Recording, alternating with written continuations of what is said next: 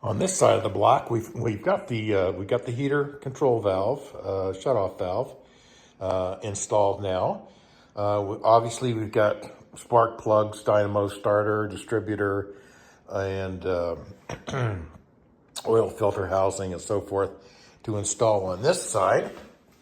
And over here, I think I'm going to kind of complete a little bit of this area today.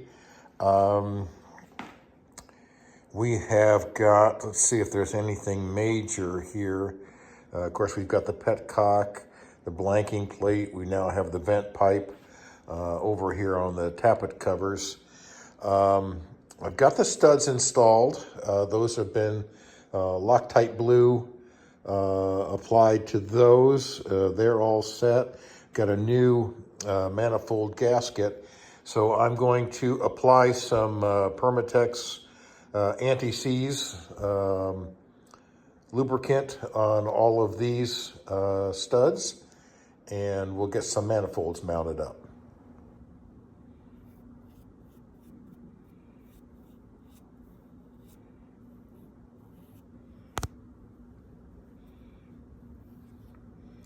And there we just apply the last of the anti-seize to the manifold bolts.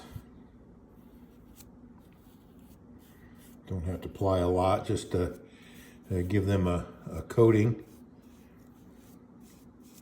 on the threads.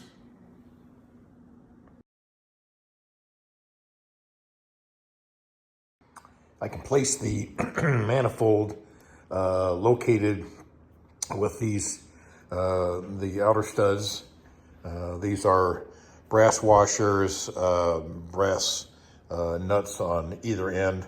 That locates the manifold up against the gasket, and then we can mount the intake manifold as well. All of that just kind of goes into place and is held with some washers that tie the two pieces together.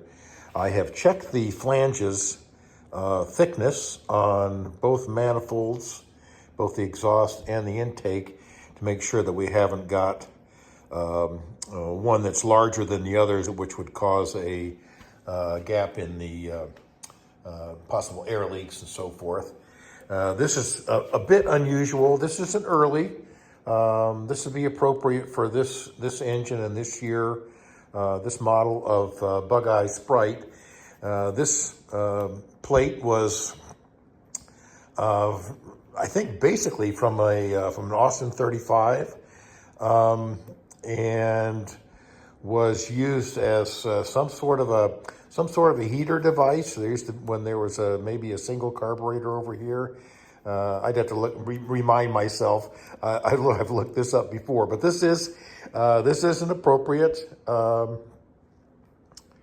manifold for this style engine.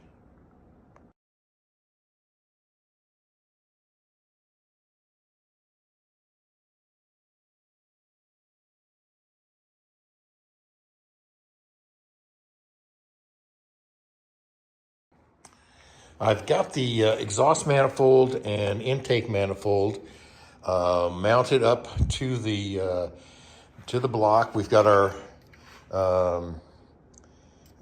manifold gasket, head gasket in place, our locating bolts on the exhaust manifold.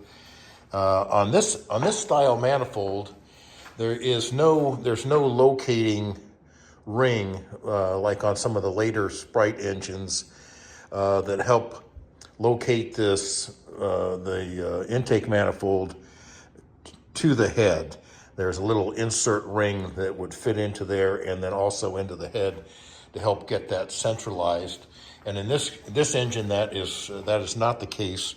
So it's important to note that these washers, these thick washers, sit within the recesses on both the exhaust manifold and the intake manifold. Let me see if I can get down in there. So it will become evident because this washer will be, if it were to be riding up on the higher part of this manifold flange, they would be off on a kind of a cockeyed tilt rather than flush across.